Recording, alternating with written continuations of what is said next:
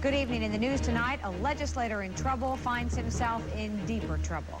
And a former JTA chairman says Jacksonville's tolls are a golden goose. Join Tom and me for Eyewitness News next.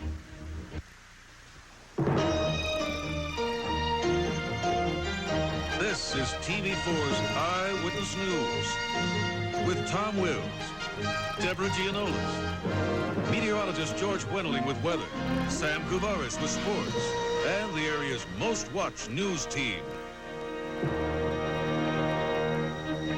Hello, everybody. As one city council member put it tonight, the chapters just keep coming. In his surprise indictment today, State Representative Don Gaffney was hit with new federal corruption charges, in addition to the ones he's facing for a second time, all growing out of his term as a city councilman. Gaffney and two co-defendants are charged with 16 new counts, including extortion and fraud. 4 of the charges will lead to a separate trial for Gaffney alone. Here's more from Eyewitness News reporter Tad Clipliff. As one of Gaffney's former colleagues put it, this has been a real roller coaster. Gaffney's arrest October of '86 on corruption charges shocked the community. A year later, more surprise when a judge threw out his conviction because of jury improprieties. And now, new charges from evidence an investigator said surfaced since Gaffney's first trial. I believe it begs airing out. I believe it's information that has to be brought to the public's attention, and that's what it's done. A grand jury felt that the man needed to be charged. The new charges are on top of those already facing Gaffney. Among the new ones, that Gaffney and co-defendant Maurice Bryant tried to get $35,000, but wound up taking only $10,000 from a company asking for his influence in buying then city-owned radio station WJXT. One of the counts alleges that Gaffney took money from a manager here at the headquarters of American Cab Company in exchange for his yes vote on a 1985 taxi cab ordinance. That ordinance tightened restrictions on who could operate cabs, forcing some of American Cab's older competitors out. Finally, in an indictment that will lead to a separate trial, the state charges Gaffney with mail fraud. It's alleged Gaffney lied when he reported a word processor had been stolen from his family business when investigators say the machine had only been moved into a campaign office. Prosecutors say Gaffney then accepted $2,500 compensation from his insurance company. It's very difficult to believe that somebody that you worked with and knew that all of this was going on right under my nose, so to speak, perhaps. I'll be glad when all the indictments are over with and we can get this ugly chapter in Jacksonville over with. Gaffney, along with Bryant and a third co-defendant, Samuel Mosley, will be arraigned next week on the latest charges, beginning a new chapter for a man who friends once described as a leader with a brilliant future. A man who now says he's out of money and is counting on a public defender to clear his name. Tad Clipliff, Channel 4, Eyewitness News. Gaffney, Bryant, and Mosley had no comment today. Gaffney's lawyer, Robert Link, reacted with disbelief, saying he was taken by surprise by the new indictments. A top manager of American Cab, who the indictment says gave money and favors to Gaffney, did not return our phone calls. The 3 defendants have court appearances next Monday and Tuesday. Deborah? Defense attorneys for accused cocaine king Carlos Letter complained to the court today their client is hardly being treated like a king. The defense says Letter is kept in isolation, unable to have private visits with his family, and he gets virtually no exercise. The prosecution says Letter has it made with a remote control color TV, his own telephone, his own bathroom, and an exercise bike in his cell. The judge heard the complaints before resuming testimony in Letter's trial this morning. Key government witness Ed Ward testified he made several cocaine smuggling flights for Letter and was paid $400,000 for each one. He said his fee was later cut to $200,000. A judge in Fort Lauderdale handed down a sentence today for a woman convicted of driving her daughter to suicide. Teresa Jackson will serve 1 year in prison, followed by house arrest and probation for the death of her teenage daughter, Tina Mancini. Prosecutors said Jackson forced her daughter to work as a nude dancer and took the teenager's salary. Mancini committed suicide in March of 1986, 3 months after she began the dancing. Jackson told reporters today she thinks she got a raw deal. At first, it may sound like a typical landlord-tenant dispute, but this feud could turn out to be hazardous to people's health. Some mobile home residents in Mayport have refused to pay their rent. Their landlord has taken drastic action to get them to pay up. Eyewitness News reporter Robin Saran has the story. Tempers are flaring and accusations are flying. The people who live here have refused to pay their rent, leaving the owner out about $1,300. And it's been nothing but harassment. And I've rented off the man for 2 years. I've got unsafe wiring. I've got the sink in my bathroom. Hasn't worked the full 2 years I've lived here. Owner Ernie Cloud says the residents never brought these issues up before, and he feels they're ganging up on him. To get the tenants to pay, Cloud cut off Denman's electricity and water. He also cut the water pipes in Lisa Blankenship's home. It's ridiculous. It's ridiculous. We have gone with that water for 5 days. You come in my house, you can't even sit in it. It stinks so bad. I have to pay for this water, and I've got a big water bill, and if I don't pay it, they're going to cut it off anyway. When they default on the rent, they default on their water, too. The tenants even called the police in yesterday to write up a report on the situation. Officer Wells, if you'll give me, and they'll give me a definite date that they'll be out of here, I'll restore their water. But I will not restore their water and let them set on me like a bunch of deadbeats. Cloud eventually turned the water back on the advice of a member of the health department who paid a visit yesterday. Today, more health inspectors arrived. This time they were checking on the sewage system in the homes. They say the septic tanks and the water system are too close to each other, a violation of health codes. The health inspectors say the septic tank system here is not working properly, and the residents' health is probably in danger. Ernie Cloud was cited for the violation, but he says the people who live here are safe because that water supply is not used. Still, he plans to meet with the health department tomorrow and says he will make the necessary renovations to the system. But both Lisa Blankenship and Tom Denman say they won't stick around to find out. They say they will have their families moved within a week. Robin Saran, Channel 4 Eyewitness News. Jacksonville's tolls are, quote, the golden goose, and we're about to kill it. Those words from former JTA Chairman Wesley Paxson, who confirmed today he is part of a group that will campaign to keep the tolls in the March referendum. Paxson, who is facing prison for federal bid rigging and perjury convictions, said the group feels abolishing tolls is not good for Jacksonville. Other members of the Pro-Tolls Political Action Committee include former JTA Chairman John Lanahan, former Public Safety Director Irv Griffin, former State Senator Lou Brantley, and former Mayor's aide Betty Holzendorf. The committee has vowed to raise $50,000 for a campaign to defeat Mayor Hazori's half-penny sales tax. The mayor, who was in Washington tonight, said this opposition is wrong and is based on greed. He said these people are doing nothing more than trying to stifle the free flow of traffic in and around Jacksonville. Next on Eyewitness News, a city move against election year litter. And later, new meaning to the words stuck in the air. Stay with us. The city could stand to make some money during the campaign season if an ordinance approved by the Rules Committee tonight clears the full council. It would ban all campaign signs from city roadways, and violators would be subject to a $5 fine for each offending sign. Campaign signs are already banned from state highways. Councilwoman Sylvia Thibault says the voters voiced their opposition to signs during the recent referendum, and politicians should respect their constituents' wishes. Gary Hart today denied that his presidential campaign received illegal contributions in 1984 and 87.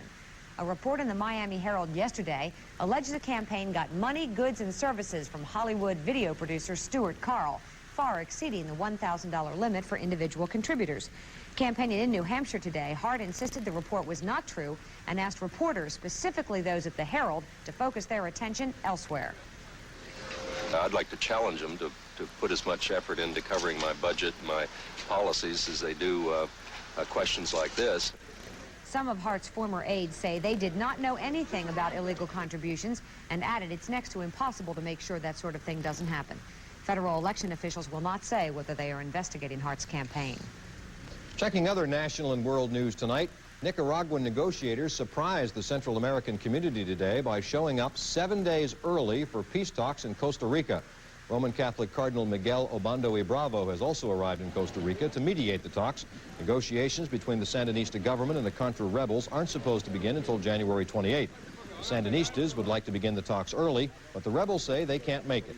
Observers say Nicaragua's government is in a hurry to get the negotiations underway in order to influence the February vote in Congress on Contra aid.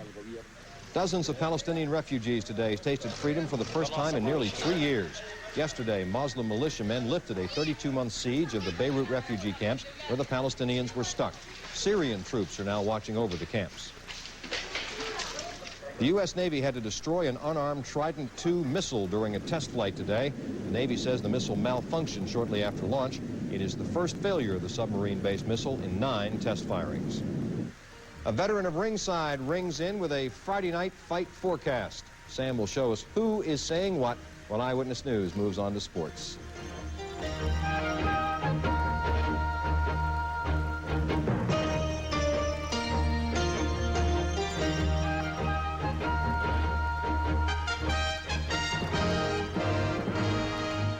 Who says cats can't fly? A Los Angeles feline just got finished flying around the world by mistake. Felix the cat, yes, that's her real name, flew home to the United States today on a Pan Am jet after being lost in a luggage hold for 29 days. During her month-long journey, she traveled 179,000 miles, made 64 stops, and visited 3 continents. As she jetted home for a reunion with her airline passenger owner, Felix dined on what else? Tuna and caviar. At 6 o'clock, Sam showed some videotape of Mike Tyson and Larry Holmes, and I looked at it and I said, you know, I thought that Mike Tyson looked better, but then again, of course, I know nothing about boxing, so. Well, you know, Holmes always had the jab. Tyson likes to work inside, so. But then again, as I say right here, Tyson is 21 and Holmes is 38. Yeah, well, see, I'm going to root for Holmes because he's closer to my age bracket, but then again, you know that. That's right. Each fighter's strength seems to play into the strengths of the others. The difference might be Mike Tyson at 21 is in his prime. Larry Holmes at 38 is not. The power of the punch of Mike Tyson has never been questioned. He just about takes everybody out. Tyson, of course, undefeated and the undisputed heavyweight champ. Larry Holmes, though, has had power in his past. Angelo Dundee, the fight trainer, says it could be close. I think he's going to be poking with that left jab of his, and then when Tyson comes in, he's going to lock him up. He's going to definitely lock him up and move him, spin him. He's not going to take that many shots from the guy. And Larry's not that easy to hit. I make it an interesting fight, a tough fight. Tip Tyson a little bit. I won't be amazed if Larry Holmes wins. Mike Tyson is 32-0 and has 28 knockouts. Larry Holmes, on the other hand, hasn't fought in 21 months, but does have a plan. Walk right out there and fight him. Might go 1 round, it might go 12 rounds. Might go 2 seconds. But I'm going to fight him. I see him hitting me, and I see me hitting him back. But I'm not going to be like one of them guys that you hit with 1 shot and I'm falling down. Got to beat me up, man, you know? And I'm timed. If my face is bloody and bleeding, I buy $3 million worth of ice packs and put on my face. Wow. $3 million worth of ice packs is what Holmes says he may use. Today he weighed in at 225 3/4. Mike Tyson, the champ, weighed in at 215 3/4. And they will fight, of course, tomorrow night in Atlantic City. 2 players dominated the fan voting for the NBA All-Star game this year. Michael Jordan and Magic Johnson both received more than 1 million votes. Isaiah Thomas, Moses Malone, Larry Bird, and Dominique Wilkins will join Jordan on the East squad. Akeem the Dream Olajuwon, along with Karl Malone, Fat Lever, and Alex English, are on the West squad with Magic Johnson. It was tight all the way between Duke and North Carolina tonight at Chapel Hill. Danny Ferry hits the 3-pointer here for an early lead for Duke. In fact, they led 55-44 midway through the second half. Later, though, Carolina makes a move. Jeff Lebo inside to J.R. Reed, who had 27 points tonight, including 14 of Carolina's last 16. 5 seconds left in the game. Carolina has the ball and down by 1. They get the ball inside to Lebo at the corner, but the shot is partially deflected, and they lose tonight to Duke. Final score, 70-69. It's only the second time in 22 years that Duke has beat North Carolina in Chapel Hill. Temple over UMass tonight. Michigan beat Wisconsin 65-54. Illinois loses to Iowa. Central Florida over Bethune-Cookman. And Notre Dame down Penn tonight 67-48. When Bobby Allison flew up against the retaining fence last year in Talladega, NASCAR officials were convinced that they needed to slow the cars down at Talladega and at Daytona. With the new restriction plates, practice at the track has had the cars about 190 miles an hour, a full 20 miles an hour slower than last year. In terms of fan excitement, Buddy Baker says, or Benny Parsons says, it won't make that much difference. Really and truly, I don't think the fans can tell any 10, 15 miles per hour. As long as it's an exciting race and cars are passing cars and you know, their heroes are passing somebody else, I think they're going to be, the fans will like it. They've been practicing down at Daytona all week long. In fact, the top speeds this week have been right around 190 miles an hour. The 500, of course, is scheduled for Valentine's Day, which is Sunday afternoon at the track. This year's Super Bowl will have its own Air Force. 4 blimps from different corporations will circle the stadium in San Diego throughout the game. 200 helicopter landings are scheduled at the stadium landing pad. Dozens of banner-toting planes will be allowed to circle the stadium, 4 at a time, counterclockwise, for 20 minutes between 1,400 and 1,700 feet. 6 media helicopters will be allowed to circle clockwise. FBI, Sheriff's Office, and San Diego Police will also have their helicopters in the air. The Blue Angels have a show scheduled for halftime, and if the president unexpectedly shows up, no air traffic will be allowed anywhere near the stadium. And I hope they have an air traffic controller there. They'll put 2 in by the stadium at a practice field. Thanks, Sam. The Maine rain has blown away. Daryl will be here for George to tell us what's next. This is the kind of day that those folks who have rain gauges wait for. You know, to actually watch it fill up. Yeah, today we were afraid some of them were going to overflow because in 2 days, for example, over in Taylor, Florida, 5 inches of rain, 4.75 inches. So we've definitely, over North Florida and South Georgia, received a lot of rain, but it's gone from Jacksonville now, and it's moved downstate as a cold front is moving through. Checking the rainfall totals over the entire southeastern area, especially around the Jacksonville area, over toward Lake City, only about 1.25 inches in and around the Jacksonville area, an average of 2.5 inches. The heaviest rainfall we've seen over in the Orange Park area, 3 1/3 inches of rain has been recorded there. Now, as we take a look at our temperatures over the southeastern United States this evening, we find a frontal system has moved through Jacksonville earlier today. The temperatures were warm downstate in the 80-degree range, but north of the frontal system, the temperatures were in the 40s and 50s. However, a secondary cold front is moving through the Great Lakes area this evening, and behind that, as of 5 o'clock this evening, temperatures were in the teens and 20s. Very cold air behind yet a third frontal system with Arctic air behind it will be pushing wind chill factors tonight over North Dakota and Minnesota anywhere from 25 to 50 degrees below zero. The cold air is definitely pushing down into the southeastern United States. Now, on our radar, we saw earlier today around 12 o'clock, we already mentioned we had about 5 inches of rain just to the west of Jacksonville. The rains around noontime were south of the Jacksonville area. Most had ended here in Jacksonville, and we find that in central Florida around Titusville today, tornado touchdown there in northern Brevard County. The satellite sequence since yesterday has shown a lot of clouds have moved through the Jacksonville area, and they still continue at this hour. Meanwhile, the jet stream is dipping very far south at this time, indicating that by tomorrow night we will be seeing freezing temperatures here in the Jacksonville area. Our 10 o'clock satellite picture shows clearing already in the Panhandle and over southeast Georgia. The thunderstorms, though, are downstate tonight, and again, the rain is ended in the Jacksonville area for the time being. Now, as we take a look at temperatures at 11 o'clock, notice the influence of that frontal system already showing 30s and 40s well to our north. Our current temperature on the outside in Jacksonville, 55 degrees with a dew point of 49. Our high today was up to 67, and our current temperature is our low for the 24-hour period. We find relative humidity out there 80%. Barometer is rising now that the front is gone. Winds are coming in out of the northwest right now at 5 miles an hour. The air quality was in the good range today with all that rain washing that air out. And as we take a look at our forecast maps over the period now, we see the frontal system that moved through Jacksonville earlier today is now in central Florida tonight, and by tomorrow will be moving off the southern part of the peninsula. High pressure, which will be very cold, is moving in behind it. Our skies will clear during the nighttime hours tonight. Mostly sunny, but a cold day tomorrow. Along the coastal sections, northwest winds will be up to 14 miles an hour with 2 to 4 foot seas. And on our 4-day forecast, we see clearing temperatures, or clearing skies ahead. Colder temperatures with a freeze tomorrow night and Sunday. The next rain is seen on Monday, but definitely a cold weekend, but a sunny weekend. Gradual clearing tonight, mostly sunny tomorrow. The days will be cool through the weekend and very cold nights. High at 57 tomorrow, Deborah, and low tonight going down to 40. Tomorrow night, a freeze. Oh, good. Thanks, Right. Daryl. Tom. Lots of people's mail ended up in the hands of a senator. We'll show you when the news continues. Many of us would say the last person we'd want delivering our mail is someone who's already chronically late. All the more reason, some observers say, not to let Senator Bob Graham do it. Florida's junior senator and former governor took one of his famous work days today as a letter carrier for the U.S. Postal Service. As he made his rounds through the streets of Tallahassee, reporters could not help but notice the senator was behind schedule, just as he usually is, they say. Nevertheless, everyone on his route seemed glad to see him stop by. Huh? How are you? Fine. Great. Now listen, I know what you give to your normal customers. What do you do to your mail? I got a deal for you. The senator's partner for the day was equally tickled. I feel honored. I mean, I haven't never had a senator deliver my mail before.